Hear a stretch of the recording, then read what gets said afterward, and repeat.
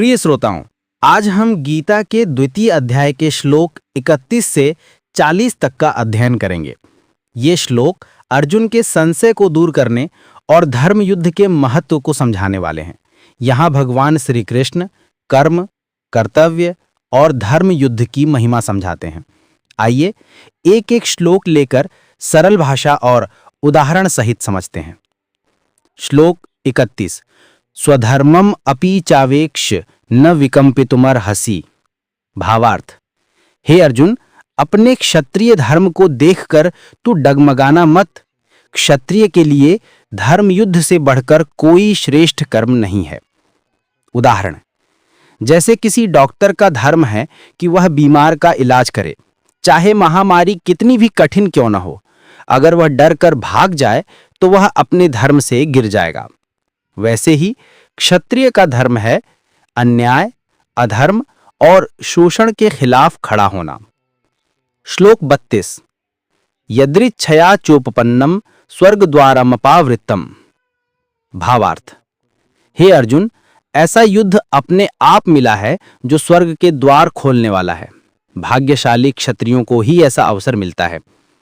उदाहरण, जैसे किसी खिलाड़ी के लिए ओलंपिक खेलना अवसर होता है।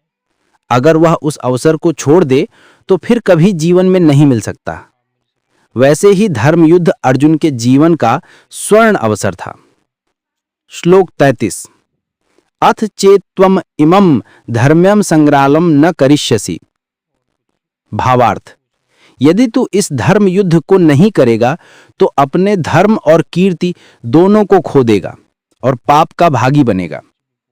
उदाहरण, जैसे कोई पुलिस अधिकारी अपराधियों को देखकर डर जाए और ड्यूटी छोड़ दे तो न केवल अपनी नौकरी खो देगा बल्कि अपमानित भी होगा। अर्जुन के साथ भी यही स्थिति थी। श्लोक 34। अकीर्तिम चापि भूतानि कथयिष्यन्ति ते व्ययाम।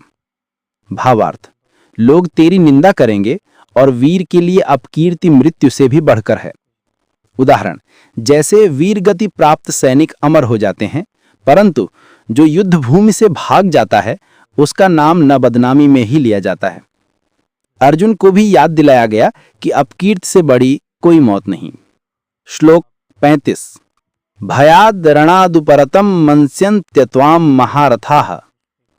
भावार्थ, महान योद्धा सोचेंगे कि तू डरकर युद्ध से भाग गया, वे तुझे तुच्छ समझेंगे। उदाहरण, जैसे किसी छात्र की योग्यता सबको पता हो, लेकिन अगर वह परीक्षा से भाग जाए तो लोग कहेंगे डर गया। इसी तरह कर्ण, भीष्म, द्रोण आदि योद्धा अर्जुन को डरपोक मानेंगे। श्लोक 36। अवाच्य वादांश्च बहून वदिष्यन्ति तवाहिताः। भावार्थ, तेरे शत्रु तेरी निंदा करेंगे और यह सब सहना तेरे लिए मृत्यु से भी कठिन होगा। उदाहरण, जैसे समाज में लोग उसी की निंदा करते हैं जो कर्तव्य से भागता है। अर्जुन अगर युद्ध छोड़ देगा तो दुर्योधन उसकी निंदा कर करके अपमानित करेगा।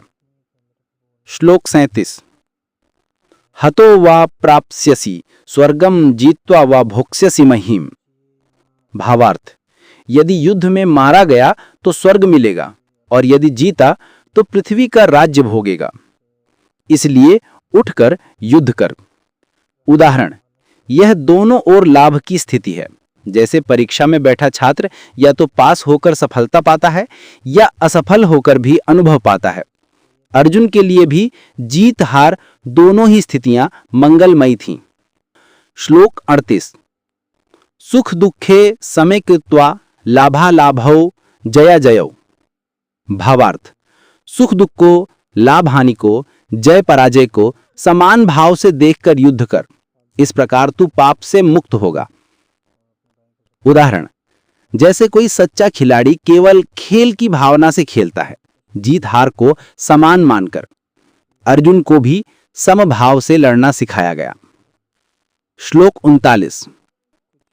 एषा ते अभिहिता सांख्ये बुद्धिर योगे त्विमां शृणु। भावार्थ, अब तक मैंने तुझे सांख्य दृष्टि से ज्ञान बताया, अब योग दृष्टि से सुन। इस ज्ञान से तू कर्म बंधन से मुक्त हो जाएगा। उदाहरण, जैसे कोई शिक्षक पहले थ्योरी पढ़ाता है और फिर प्रैक्टिकल करवाता है। भगवान ने कहा, पहले ज्ञान दिया, अब योग के माध्यम से उसका अभ्यास सिखाऊंगा। श्लोक 40। नेहाभिक्रम नाशोस्ते प्रत्यवायो न विद्यते। भावार्थ, इस कर्म योग में न तो प्रारंभ का नाश होता है और न ही पाप का भय। इसमें थोड़ा सा भी अभ्यास मनुष्य को बड़े भय से बचा लेता है। उदाहरण, जैसे तैरना सीखने वाला व्यक्ति अगर थोड़ा भी सीख ले तो डूबने से बच सकता है, वैसे ही थोड़े से कर्म योग का अभ्यास भी जन्म मृत्यु के महासागर से रक्षा करता है।